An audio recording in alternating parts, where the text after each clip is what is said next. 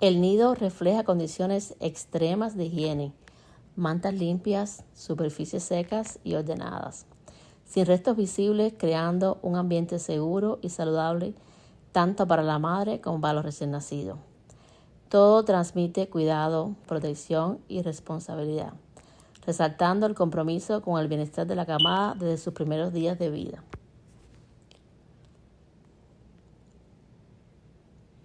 Mientras casi todos se aferran instintivamente a buscar alimento, uno de ellos permanece a un lado, sin intentar lactar, observando atentamente a su madre y a sus hermanos, como si estuviera descubriendo el mundo por primera vez.